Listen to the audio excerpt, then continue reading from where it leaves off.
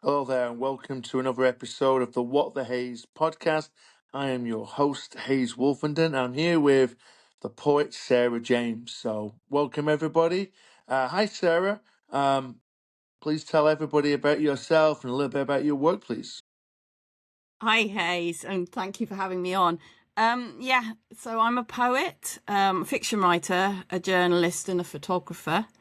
I'm also an editor. I run a small press, an occasional poetry filmmaker, an occasional reviewer. I started in journalism, but I didn't find that quite creative enough.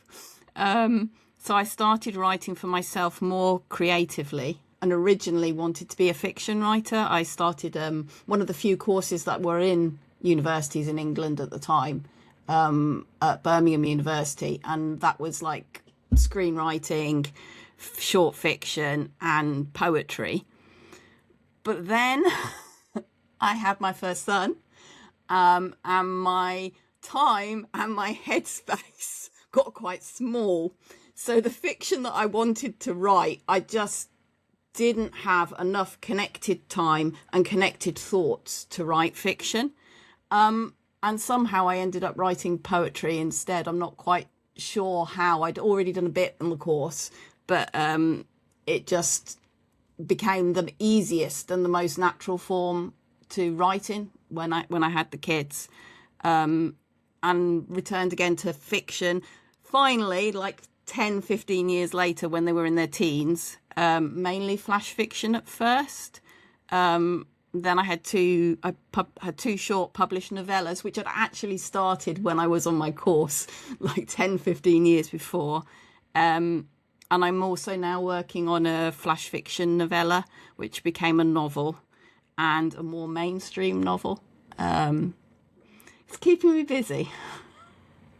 Yeah, you sounded very busy, but I was going to say like hyper creative.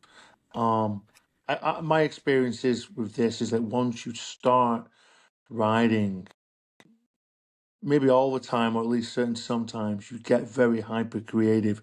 You just get these ideas, and I think it's fantastic. And it's interesting you were talking about fiction. Actually, it's like fiction took you to poetry. For me, poetry took me to fiction. Which so it's kind of inverse. I think it's an interesting way, and I was talking to the writer last week about this, saying that like when it comes to writing fiction, there's so many different pathways now. I think in like the common mindset, popular mindset is that you start writing short stories. You know, you write 10, maybe write 20 or 30, and then you'll try a big novel. But my experience is a lot of writers they come at it from different places. Like I said, I came at it from poetry. So yeah, it's interesting. Do you know, please feel free as well to send me some of your flash fiction my way. I'd love to read it, honestly.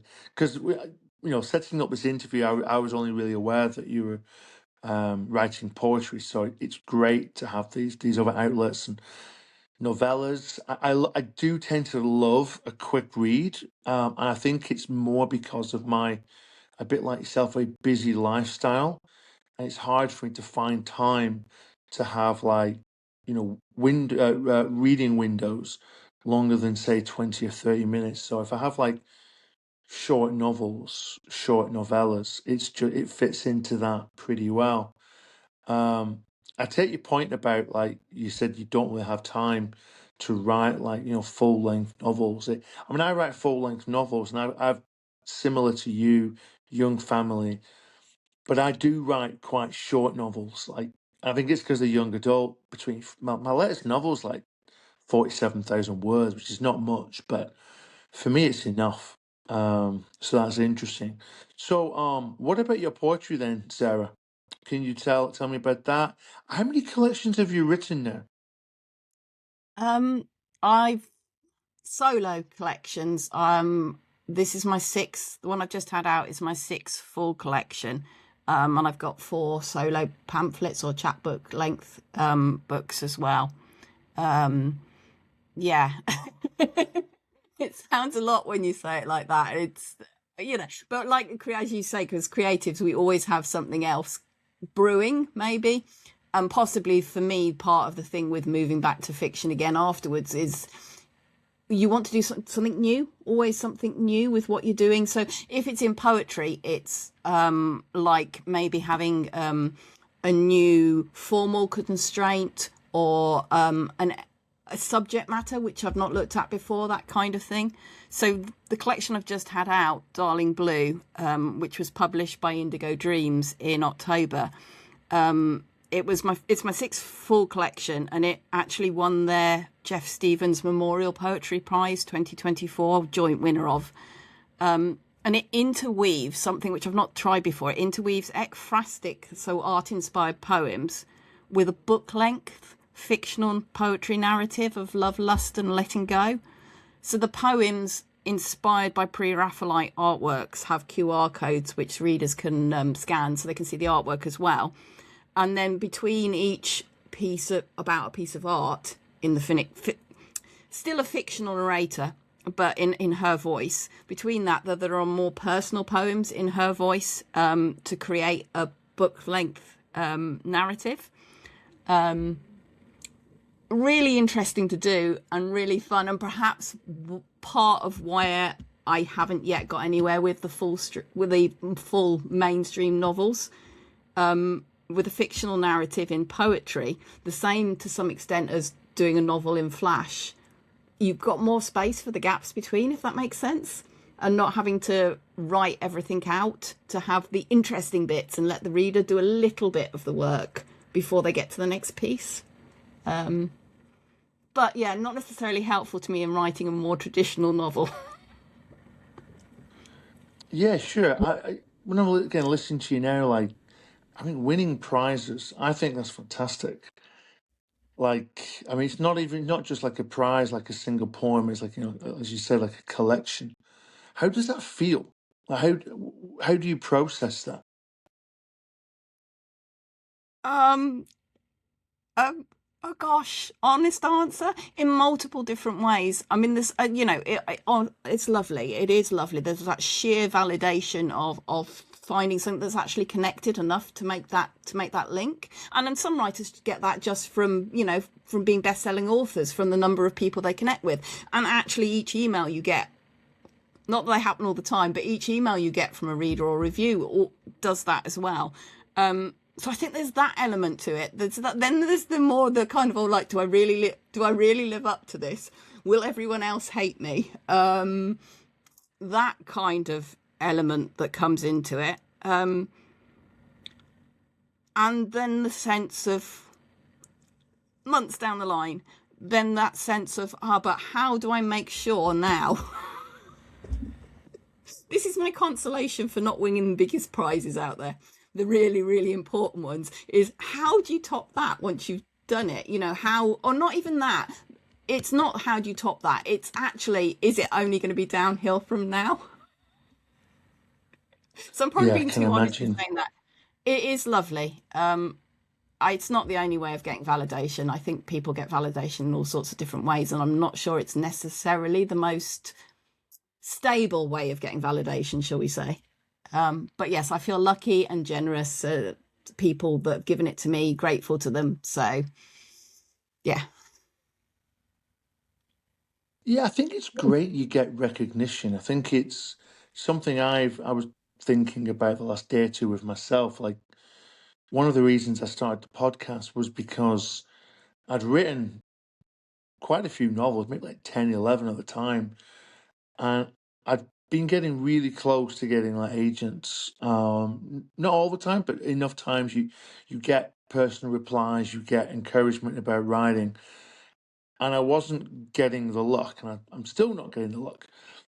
But rather than feel frustrated and have like despair, I kind of, in a bizarre way, I actually took confidence from it. I was like, I don't feel like I've got anything to prove. The validation, I gave it to myself, and I was like, you know what? I think I've got this. I just think that the difference between me and someone else, it's a little bit of luck. It's knowing the right person. But I don't mean that in a bitter sense. I mean, it's just more of a factual sense.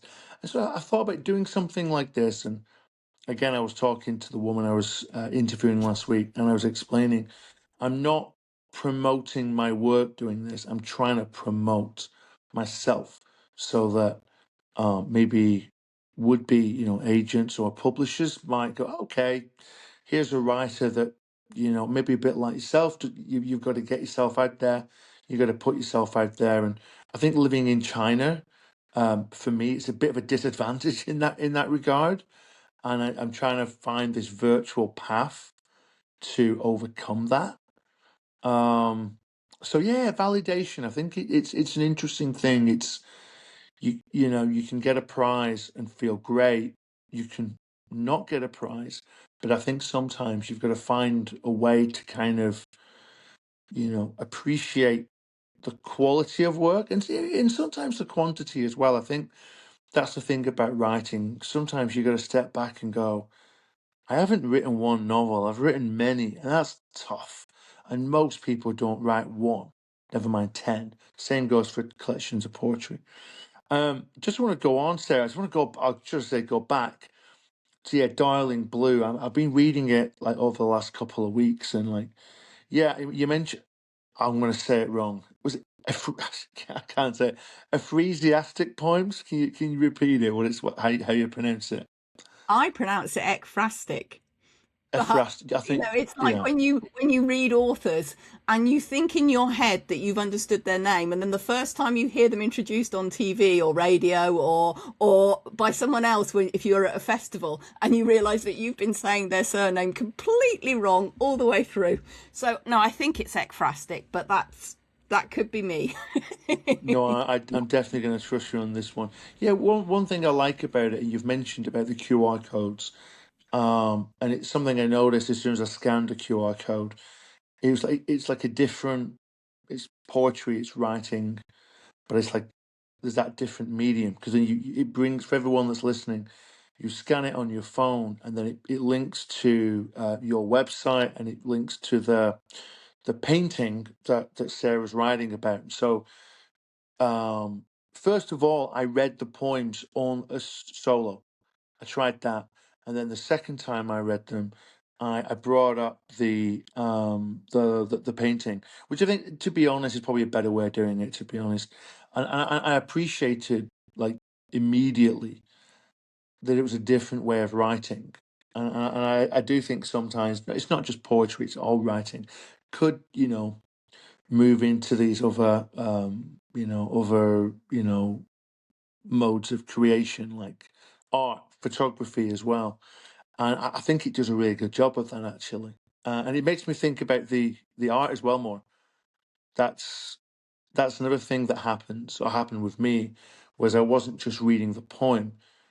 The poem was then forcing me in a good way to look at the artwork and just pay a bit of greater attention. I was just reading one again just about an hour ago. I can't remember the name of the painting now, but it's one with the sheep on the snowy field, and it's in the evening. I don't know if that rings any bells. Yeah, it's And this is the one. Yeah, there's a different. There's that. It's an interesting one because the in the muse. If you go to the art gallery in Liverpool and you see the picture, if it's still out on display, which it might not be, they have one Scottish artist named as the artist behind it, and then when you go online to their Liverpool museums art gallery, sorry, website, it has a different one. It's the Shortening Winter's Day is Near a Close, and it's either by Joseph, and I'm going to pronounce his surname wrong, Farquharson, or by David Farquharson. I couldn't find out whether they're related in any way, shape, or form, having the same surname. But yeah, they're both Scottish artists. Anyway, that's possibly more than everyone else wants to know about that piece. But yeah, I'm glad the art yeah, is inspired. yeah, it's super interesting. Like I say, I was looking at it, and you were writing about the sun, and it just made me look at the sun. Oh yeah, yeah. I think no, yeah, you described it as like I think it was spectral woods. And I quite like that, and it made me again. It made me. Oh, I looked at the woods, the woodland.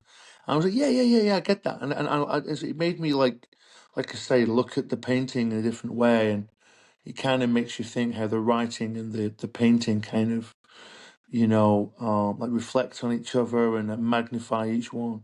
I was going to say as well, like, so I can see in the collection, I feel there's like three. Correct me if I'm wrong. Three distinct types of poems. So you've got these ecclesiastic poems, okay, and then you've got some like what I would call like prose poems. I think would that be a correct way of describing them? Would you say? Um, I give the ultimate decision to the reader, but yeah, I mean that's how I intended them to be. Whether some people prefer just to call them prose rather than prose poetry, but yes, they were intended to be prose poems.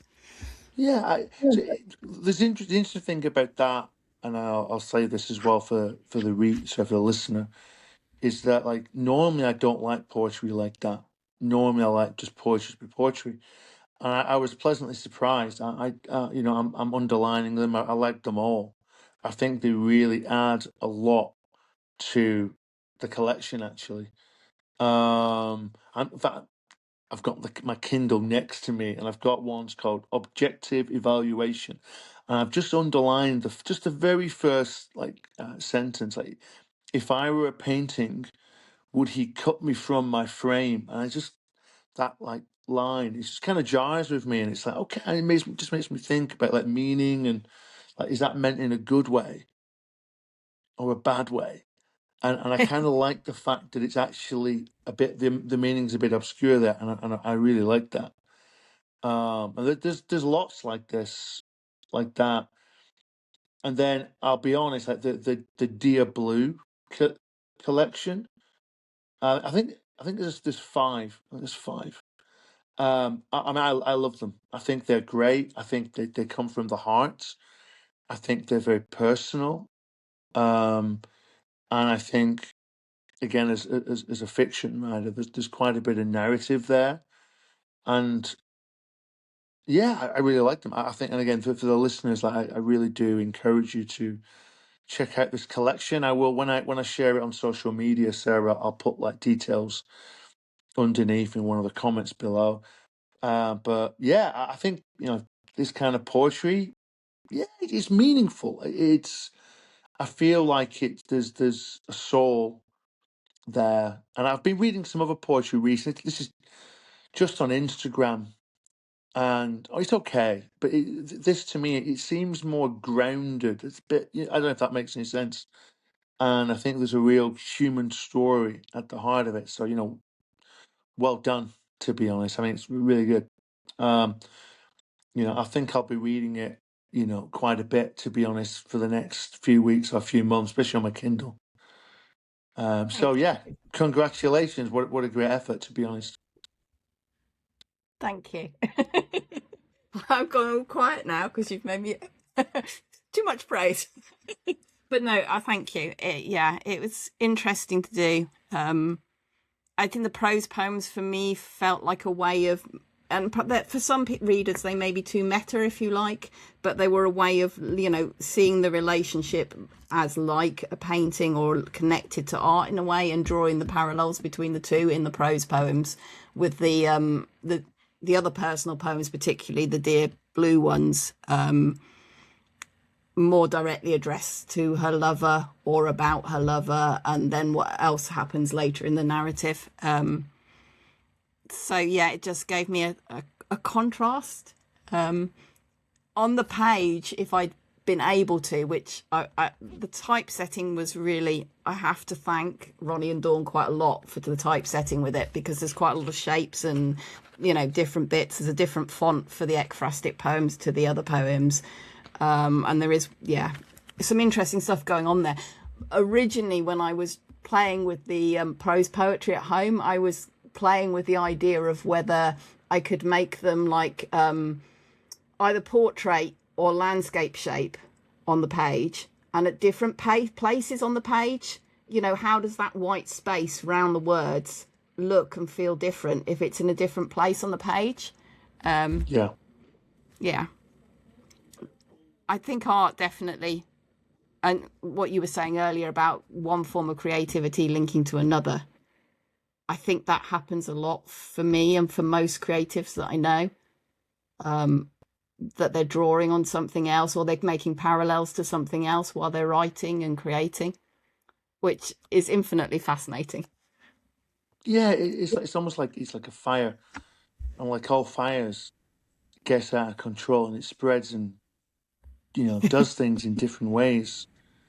I mean, when yeah, I mean, I write constantly, but it's like there are moments where it becomes feverish, and I remember when I was doing the MA, just for everybody back home listening, I first met Sarah. We were doing a master's degree together in creative writing via distance learning. So we were like in chat rooms and stuff, and yeah, we were doing poetry. And whilst I was doing that, I got my idea for my first novel, and it was like I had to write it, and it made no sense in the sense that I had other things to do, but I was like, I can't not write it. It was just this burning desire in me, and I knew that I had to get it right down. That like, well, I was there that moment. It's about that year. Otherwise, I would have written it, but it would have been different because I wouldn't have written it then. I'd have written it later. Um, so yeah, and even now, like doing these podcasts, I find that like, yeah, I have to really think, like, like I wake up in the morning, after getting ready. When I have my coffee, I'm usually editing a video that I'm going to put on Instagram that might advertise their podcast post, or maybe I'm thinking about maybe some writing tip. And when I give writing tips, I'm not just necessarily talking to other people. I'm talking to myself, and I'm reflecting on my own craft and on my own motivation. So, yeah, I think creatives, it's very interesting. And again, this is why I want to talk to a lot of people like yourself. I find it so interesting. Um, okay, just moving on a little bit. I know you've said, Sarah, briefly, obviously to me in the past. I think it's okay to talk about it. You mentioned a little bit about a disability. Is it okay to talk about that? Yeah, it's absolutely fine. Well, sorry? I'm My last collection kind of featured on it, so Okay. so it's kind of out there now. Okay. Do you want me to say a Well, bit how more how about would it? yeah how does it impact upon your writing then? How is it like? Because like I say, I've not read the collection before. How does it like filter into your work? Um, it's possible that it's the whole reason for me writing in the first place. I don't think it's quite as simple as that, because what you say about intensity and in the zone, you get a creative idea, and when you've got it, it is on fire, and you do need to kind of get it down and do something with it. And I don't know, I think that probably would always have been the case anyway. But I have type 1 diabetes, so it's a kind of 24/7 thing. And most of the time it's not in there explicitly. My collection before last was called Blood, Sugar, Sex, Magic, and that was the only collection or book that I would say was autobiographical in any way, and that was a bit about what it's like living with it. But I think it, perhaps getting older, the how it affects who I am, and therefore who I am as a writer, is more apparent. And if I'm really honest, I think part of the drive, once that initial fire and that in the zoneness has gone, part of the drive to keep on going with it may actually be linked to having it, to living with it. You're aware, it makes you aware of fragility, death, elements of spirituality, all of those things. I mean, people are aware of them anyway, but I think perhaps maybe earlier, or maybe in a different way, if you're struggling with something on a day-to-day basis.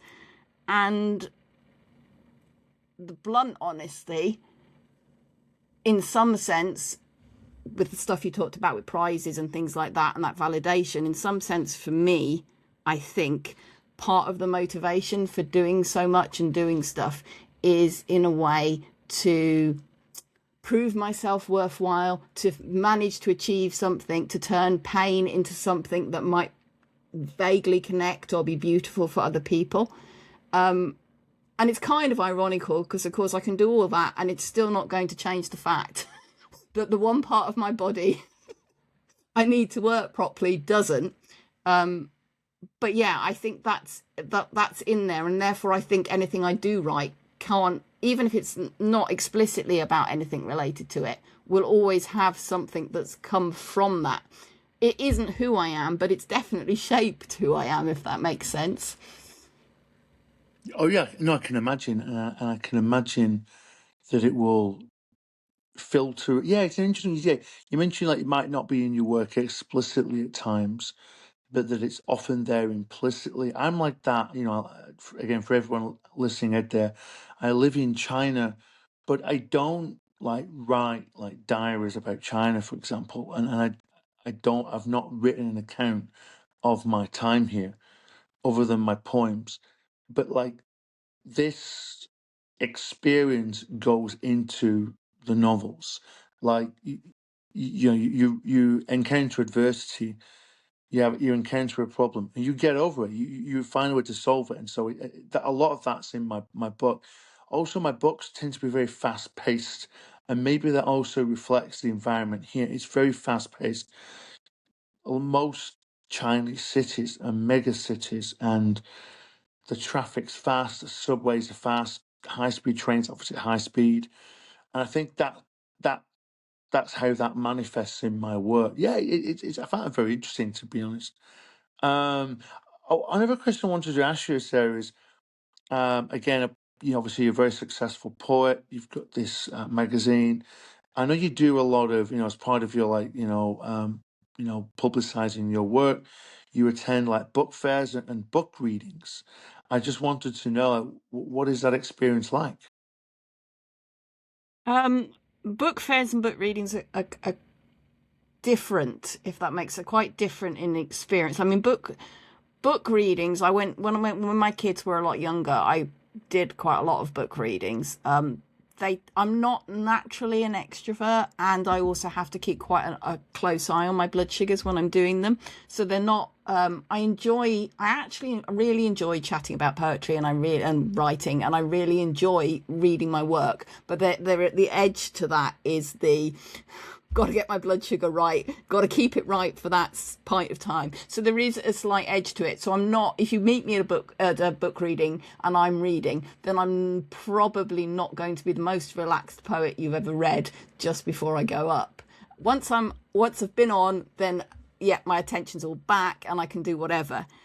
So I really enjoy, I do really enjoy it. I have to pace myself not to be doing too many. There are poets over here who do tours of the country with their book, and they'll be doing it at least a couple of readings, if not 3 or 4 a week. I can't do that. I have to maximum 2 a week, and I have to have some relaxation. Well, relaxation's the wrong word. Recovery time in between to stabilize everything that impacts on my blood sugars.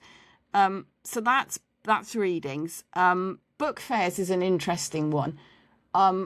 There's a big, or there has always traditionally been a big poetry society involved now, but a big the poetry book fair or free verse up in London, which is one, and I don't go to it as an individual poet, although I am also an individual poet there. I go to it with the press, and there is a balance to be made, and we always do that one because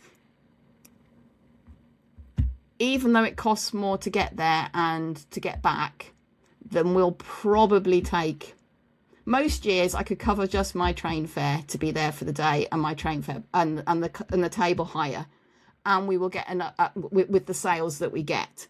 But having someone to come along to help me, we don't cover both, if that makes sense. So there's a real big balance with book fairs of how far they are, how likely sales are, but also what else you get while you're there, if that makes sense. So one of the Yeah, yeah, things with totally. book Yeah. One of the things with book fairs is also how you're going to get the sales when there are loads of people who are selling the same stuff as you. It's really interesting. And people who aren't needing to sell anything, it may be quite. But yeah, so we end up doing sales on our books, and it's the only place we usually do sales. We do bundles, which are cheaper than buying collections and pamphlets individually. But when we're at Free Verse, we do sales. So we sell quite a lot. The profit on each one's quite small, if that makes sense. But the other thing, what reason we do it with somewhere like Free Verse is when you're up there, you're in London and you get to see, it's a poetry fair. So you get to meet loads of other poetry readers, loads of other poets, loads of other publishers. So there are the networking elements to it as well, if that makes sense. Yeah. So I enjoy book fairs, but there is always, for me, a kind of likelihood of sales, cost of event, what other benefits might there be? Do you have book fairs in Yeah, I China? can imagine. Yeah, I mean, if you're traveling to and from London these days, I can imagine it's quite expensive, to be honest with you. I mean, yeah, you think about like poetry readings, two a week. I still think two a week's a lot, but you're right. If you're doing four or five and you're touring the country, it must put a lot of pressure on people. I'm going to be interviewing a writer, an American author, next month, and he's just come back from a book tour of like Europe, and he's been there for like 6 months. And I was like, well, what if I did that? I was like, yeah, I can see it's exciting on one level. On another level, I think it might be quite exhausting, Mhm. and could especially as a writer, I feel like I have to try to write every day, Yeah. and I can imagine that's very difficult when you're in different places all the time. You need to find that quiet set time, I would say.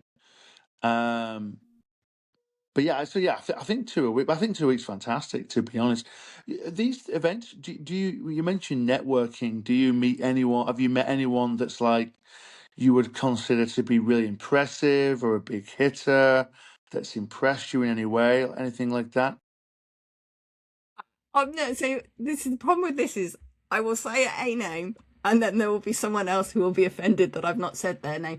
Right. I think Okay. poetry is perhaps way better than novels, for example, on that score, in that poetry is quite a small world anyway. So, if you go to a festival, there's a high chance if you've been writing poetry for any amount of time that you are going to bump into someone while you're there, and be able to say hello. I went to Wirral Poetry Festival, and it's a lovely festival, but it's in the Wirral, so it's not like it's maybe not a big Ledbury or Cheltenham Literature Festival kind of thing, but it is really lovely. And I hadn't gone there planning to meet anyone, but when I was there were people that I knew, and that's just so lovely. Ledbury's like that near to us here as well. So yeah, who should I say? I'm Mark Doty. I met once and had a quick conversation with because he judged a competition in which I come second, and I managed to kind of go and say thank you to him, and so that was a moment for me. But there are so many talented poets, and if you're talking about the quality of the poetry, it's not always what you might consider the big names, if that makes sense. There are lots of small, really talented small press poets out there. And in terms of networking, for me, it's more about meeting poets, not particular poets. Does that make sense? Yeah, yeah, I understand. And when we're in London, if there are other V Press poets there, they'll come and say hello. I mean, we haven't published any of Carrietta's poetry, but we published her flash fiction flash fiction chapbook, a pamphlet. Then it was folded, and she's up in London quite often. Well, quite often, and she was there the one year when we were there. And then there are also people who probably I should know the names of, but may not even have recognised, that'll just come round the stall and be having a look and browsing and deciding how they rate us. Yeah, I'm not a networking is not necessarily something that comes easy to me, shall we say. I have more tendencies, you talked about quiet time for writing. I probably tend more towards being an introvert naturally. So, and I guess the good thing there about book fairs is it's not like you're going to a networking event where you have to start small talk with people. You're on a stand with books. People come to you and you talk to them. If you understand what I mean, it's a nice way of doing it. Yeah, it does sound like a nice way, but I take your point about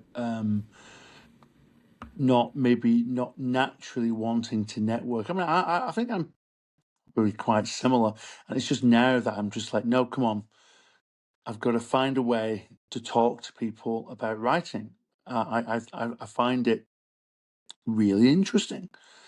You get to know things. As long as you've got an open mind, you learn new things. It's fantastic. But yeah, no, I can imagine at times. I think sometimes, like networking, the word sometimes there's negative connotations with it. Like you're just trying to advance yourself, and there's that element of is it hollow? Now, I'm not suggesting these events are like that. I think it's just that maybe sometimes with us we're afraid maybe of coming off that way, or maybe we're afraid, I would be afraid of going to a festival, hey, everybody, and no one cares, or something like that, or, it's, I don't know, but I don't think I've ever been to a book fair, and I should do. Um, I was involved in a literary society here quite a few years ago when I lived in Beijing, but since I left Beijing, no. So again, this is my apology. This is my apology. My podcast is my apology. And trying to, yeah, like I say, just trying to get to know more people. I tell you what, I want to go back to when you were introducing yourself. I think you mentioned that as well as obviously writing. Didn't you say you organize or you edit? Is it a magazine, a small magazine? Yeah, it's V Press. It's a press. We're a small press. Right. We publish solo author full collections, but not so many of them. Our main thing is chapbooks. We full. I'm sorry, not full. Is poetry pamphlets.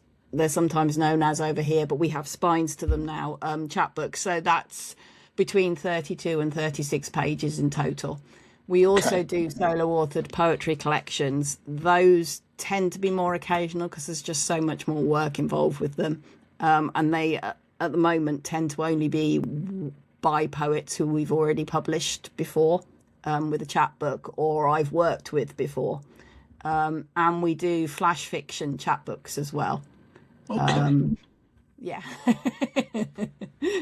So what's that like? What's that like doing that?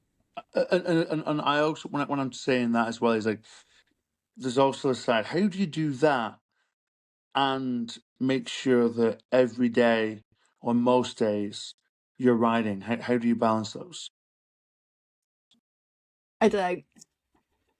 I don't know. I Somehow. mean, for you, and I can, the writing every day is an important part. Which, if I'm honest, when I first started with my poetry, would have probably been I would have needed to write every day. And this may also be why my novel is still sat there like 3 years down the line. When I'd said to one of the literature development agencies here, I was supposed to send it out to agents 2 years ago, and I still haven't. So possibly this is where I'm not. Yeah, but I don't quite feel the same need to write every day. Does that make sense? I actually, because I think because getting publishers for stuff and submitting to stuff takes such a lot of energy. And that the chances are not going to, the chances are it's not going to be wonderful news. So, to some extent, the past maybe 5 to 10 years even, it's been more of a test for me of writing less, but what I write matters more, if that makes sense. So if Yeah. that idea is still hitting me on the head, or I've still got lines from a poem coming to me a couple of days later, because it stayed with me, Mm. then that's a piece that I actually need to get down and do something with, if that makes any sense. So I don't feel I have to write every day. Possibly it's also because so much of the work with running a press, there's lots of admin, there's the finance, but there's a certain amount of creativity in it anyway. Designing book covers is quite creative. Editing, I have to have a really clear head to do the editing, but when I'm doing, reading and making, reading is also creative. So I kind of maybe get my creative fill in that way, if that makes sense. So I don't, but yes, it is trying to do justice to everything. It is hard, but I'm possibly at the moment maybe in my head going, oh, don't create another manuscript that you'll feel you've got to do something with. Don't create another one. Don't create another one. Yeah. I mean, yeah. Just listen to what you're saying. So like, when you were saying about you've got an idea in your head, and you might not write it down, and then what, 2 or 3 days later, it's still there. Like Stephen King actually says that's the way to write. Uh, I don't do that. I write like all my ideas down on my phone. On my phone. I'm not. I'm still pretty tech savvy. I tend to write them all down, but most of them I'm never going to write because I've got something like 200 and odd novel ideas on my phone, and some of them are probably absolutely terrible. And I should take time to go through them and just delete the ones that are just never going to get done, but I don't. I just keep adding to it and stuff. That's the way I do it. But I was going to say about you talk about writing every day as well. I talked about this in one of my first podcasts. And it was like inspiration versus discipline, and I was like, in my opinion, or from my experience, you write poetry. I feel poetry is more about inspiration and more about got a great idea, write it. And I don't know if when I wrote when we were doing the MA together, I wasn't writing every day poetry. I wrote when I had ideas, which was about 2 or 3 days a week. It's more when I've started writing novels that I've started writing more or less every day. I typically will try 6 days, and on the seventh day, I'll do something like a hike or something. But I think with a novel, it's about getting it finished. It's getting that first draft onto the page as quickly as possible, knowing it's full of mistakes. But then you've got to go back and edit and stuff. It's an interesting way of doing it. For me, it works. That's why I try and say it works for me. But I think all writers have to kind of, whatever they're writing, they have to approach it in their own way. I'm very wary of like this kind of like mindset, which is like, this is what works for me, and that, but it's universal, which it isn't. It isn't. To be honest. Yeah. Anything else I was going to say on the matter? Yeah, but I would just going back to the small press you have. Yeah, I think you do amazing to just do something with all that. I can imagine, like you mentioned about, was it sending off submissions? I mean, I do that for novels, like for agent queries, and these days I try to get that done as quick as I can, but it's laborious, and I do feel like it's like every single one. So at the moment, I can laugh about it. It's a 100% failure rate. It's 100%. But but you do get a few nuggets that will come back, a few personal replies that do give you a bit of hope, and will say things like, we really like the idea, we really like the writing, but we don't feel that, this will get published. Some are words to that effect. Yeah. And it's frustrating as hell. But you do take these nuggets and go, I'll take those. Yeah, just going back to the small press. So how many writers do you have now, or how many books have you published? Is it a lot, or is it just got started? The irony is we celebrated 10, this year has been our 10th anniversary of solo authored titles.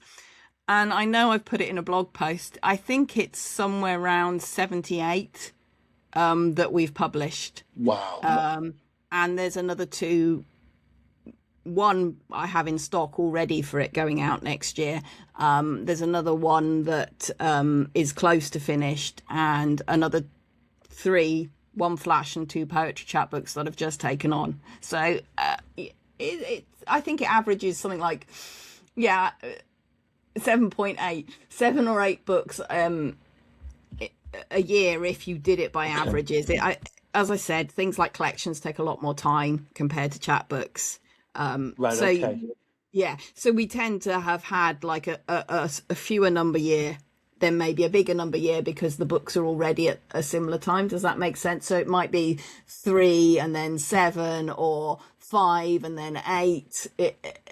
I think that now tends to be a quieter year, a busier year, a quieter year, a busier year, and it's just how the dates come through. Chapbooks, we don't have too much of a delay from finishing the editing and getting everything tied up to being able to publish it.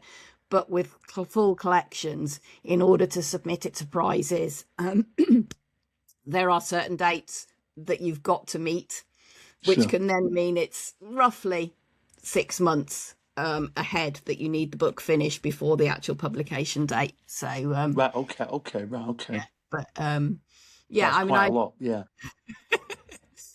going back to what you were saying about novels, all I will say is that I tried with my novel in Flash with agents, and what you've said, Rick, is very, very much similar to what I had with that. It might be different over there, but I was advised to try you do six agents, leave it 3 months, do another 6. So that so Okay. that you're not doing the whole block the in one go. You've got one day of and then you've got 3 Yeah. months to go. But also the theory was that you would get, if you got feedback, you could adjust before you sent your next lot out. Does that make sense? Most of mine with the novel in Flash were nice. One person asked for the full thing, but it Nice. ultimately still came back as I'm not quite the right person for it. I'm not quite the right agent for it. I enjoyed it, but Yeah, I've had that one many times. It's a very common one. Again, I've had one full MS requested. That was ages ago. It wasn't. That's not even recent. That was like my novel Jack Strong and the Red Giant.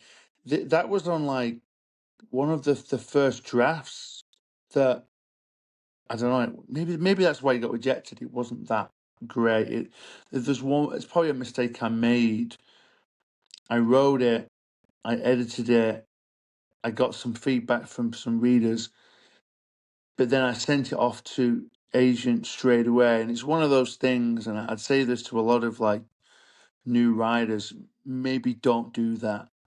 Just maybe let it sit for a year or two. Keep writing and let it sit for a year or two, and then go back and edit it. And because you've grown as a writer, you'll see all these mistakes. And that's what I did. And I chopped off, I think it was like 10,000 words. And it's a lot better as a result, and I could focus on it. But then when I sent it out again, they would say, "Oh, you've already sent us this," and I'm like, "No, yeah, I know, but I'm showing you how committed I am to the process, and I've edited it and I've made it better." Not interested, to be honest.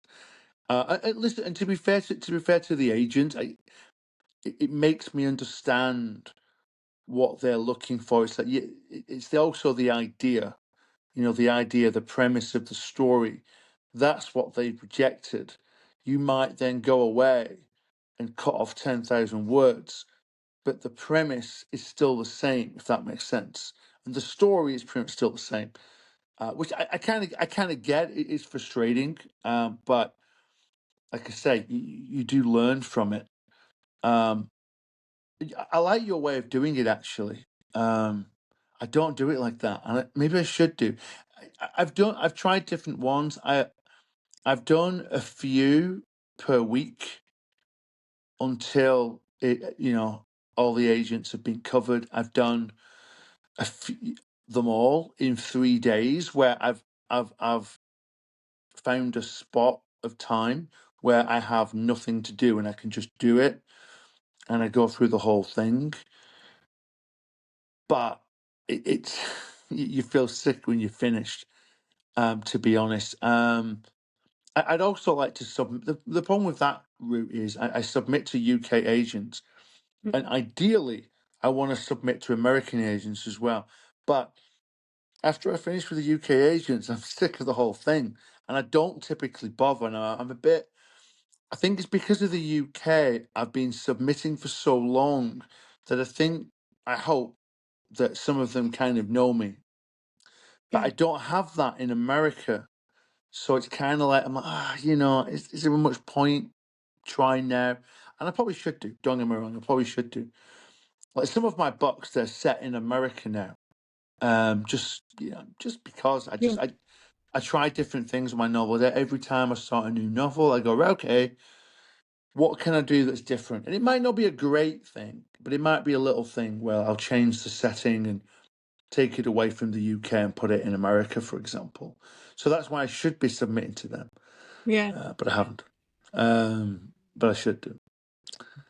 You haven't, Um, neither of us have mentioned zeitgeist, though. And I also think that's actually quite important for everyone to remember, if you know what I yeah, mean, in poetry and in, because you will see suddenly things which aren't popular become popular. I mean, the poetry yeah, example I would give is nature poetry. The audience for nature poetry and production of nature poetry, I think, has really taken off with greater environmental awareness, it's a if good that makes point. sense. Yeah, And I do think that happens with pretty much everything. So it might not be the moment for it now, yeah. but in 5 years' Another time. one, yeah, it can happen in the reverse where I know people do. I started writing dystopian fiction, Mm, writing some dystopian fiction, like when the Hunger Games came out, for example, and the Maze yeah, Runner. But but by then it's too late. It's like it's waning. You don't realize at the time. Now I'm not a huge fan of the Hunger Games. I'm more a fan of like say George Orwell or Stephen King's dystopian fiction. But I think because that bubble was bursting at the time, when I then submit dystopian fiction, they're like, oh yeah, we're now on to. There was a lot of is it John Green? There was a lot of young adult fiction that was like it's kind of like this, like two kids dying of cancer fall in love, and suddenly there was a lot of like, especially in America, a lot of young adult novels like that, and I've got no interest in that, to be honest. I tend to write more like, if I say Harry Potter, I mean like writing about young people, but there's an element of magic or sci-fi. I write a lot of sci-fi, so if that's not in vogue, yeah. No, yeah, no. I'm yeah, I wouldn't. I mean, romantasy is something that's hit the headlines over here as an yeah, yeah. But I would. I don't have a If I had a romantasy novel sitting at home ready, then I'd be fired up. Let's do something. I don't, and I talked about this with friends because I tend to work. Magic realism comes in a lot, so a bit of dystopia, but it's not romantasy. And I'm like, actually, if it's already, it's like you're saying, if it's already on vogue now, there is yeah, to me it's unlikely to be worth starting a new one solely to meet that need yeah. because the I time it takes. yeah.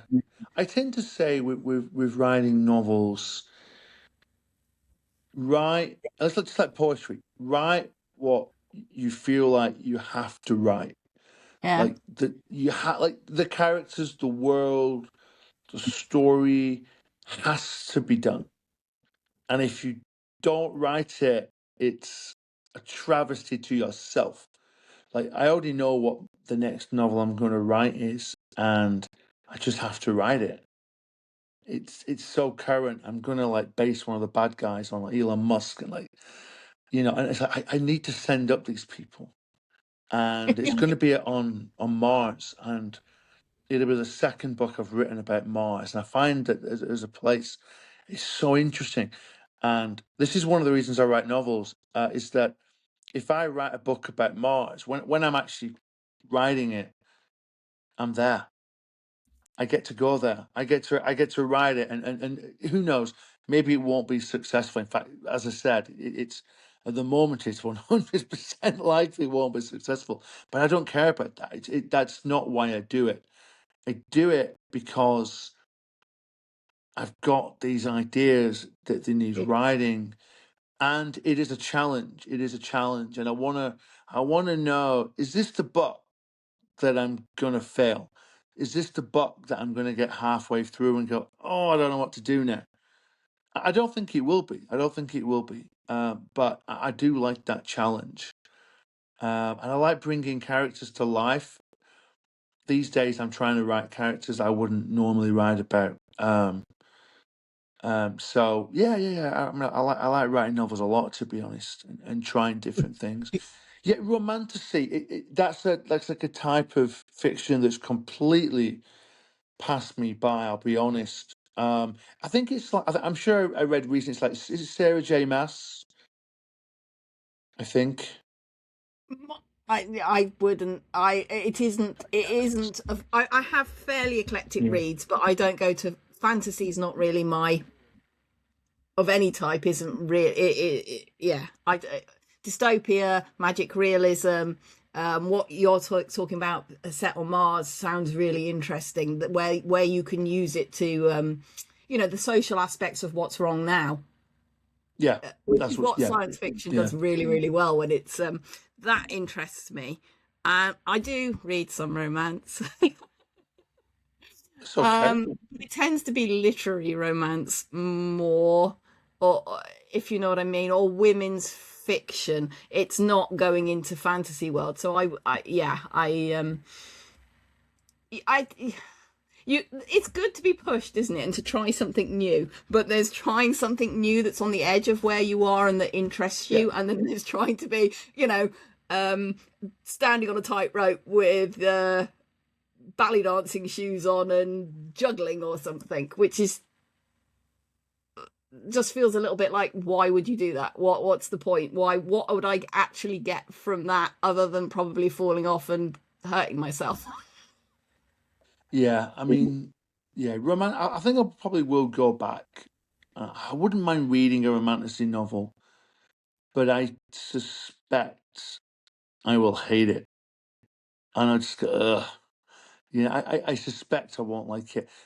I like fantasy a lot, but I don't know. There's another type of fantasy I don't like at all. Is like dark fantasy, which is like fantasy, but like it's dark. It's like it's there's a lot of violence, for example, gratuitous violence, and it's like I tried to read some, and it's just no humor. There's no light, and it's just like, oh, this is just going to be like this for $10. No way.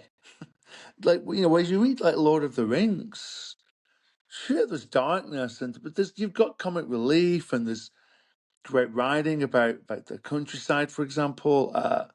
So yeah, it is interesting how like different genres just pop up and just completely, what's the word I was looking for, like saturate the market. And I think it also, that might be an aspect of like this globalized media where everybody is suddenly aware of what the main trend is, whether that's, for example, eating food, pop music, or in this case, um, you know, novels and reading and stuff. It's interesting what's happening at the moment. But yeah, romanticism, I think it's really big in America in particular, to be honest.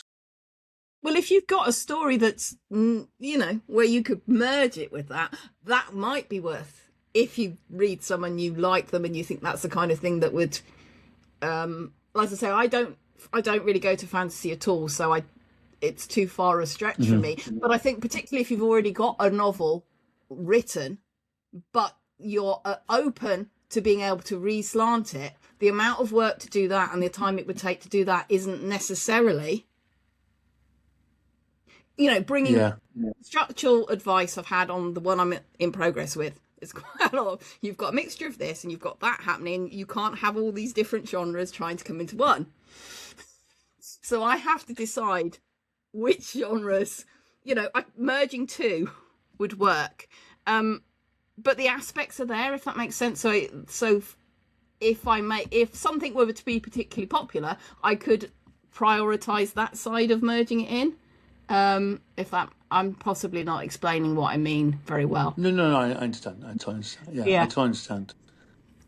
Um, It's just it's picking what's popular, or what no, yeah. what will be popular, and that is a little bit like, you remember, like Mystic Meg. It's reading tea leaves. That's reading tea leaves. Like, I I think the romantasy bubble will burst Yeah. because they all do. Um, but then something else might come up that we just cannot predict. I don't know. Like Harry Potter came out of nowhere. That this magic thing, it came out of Yeah. nowhere. So we'll see. I was going to ask you one more question actually. Going back to the this V press. So like, I think you said you've got, yes, was it seven or eight collections or chapbooks a year? Um, The, so yeah. like, it busy basically. Like, how do you go about like producing those? Like, do you do the editing? Do you employ editors? Like, printing? How do you go about that? I do not print them here. They get sent to printers to print them. Okay. It's pretty much me. I mean, yeah, there's a long history to how our first book was a collaborative chapbook because we had a gig at a big poetry festival and there were four women and we did a really small chapbook so that we had something to sell at the gig. We then moved on to the solo collections, and a close poet friend of mine was supposed to be editing with me. We were going to be joint editors, and she did the covers. She wasn't able, stuff happened, she was busy, so she wasn't able to actually join me with any of the editing, but stayed on to do the covers. So up till 2020, for 5 years, I was doing the editing, and she was doing the covers for all the poetry titles that weren't illustrated ones. I did the flash, but she did that. She's works in university. Most university lecturers are incredibly overworked and underpaid for the amount of hours they're doing. Right. So Okay. in 2020, she said, I can't keep doing the covers because none of our work is paid. It's all, you know, for the love of it. So it's me. I pretty much do everything. I have little bits of help with different things along the line. My my husband, fortunately, is very good on the tech side. If I ever hit any tech problems, and I have help with the accounts. I put all the info into the accounts, but our annual accounts are actually Okay. done for me, by someone who's very kind enough to do that for me. But yes, I don't know if I can't even remember what you originally asked, and I don't know whether that's answered it. There's quite a lot of work involved, and there's quite a few different stages involved with it. Yeah, it's an aspect of, obviously, like publishing. This is one of the reasons why I started the podcast. Don't know. I don't know about this side of the writing industry. And yeah, that's why I asked her. I was like, yeah, I'm just wondering, do you have editors? And I get it, it's just yourself, it's a small publication. But I think it's interesting, it comes across that it's quite collaborative as well. You need different people, especially for book covers, which I think are tough. I think that's a hard thing to do. Yeah, editing, of course, as well. Um, yeah, it's so interesting. Okay, Sarah, I think we can end it there, okay? Fabulous. Thank you. Thank you for Yeah. having me on. Oh, And it's Merry been Christmas to fantastic. everyone if this comes out before Christmas. Yeah, Merry Christmas to you too. You're always welcome back anytime. Okay. Yeah, thank Until you. next time, see you later. All right then. Bye. Bye.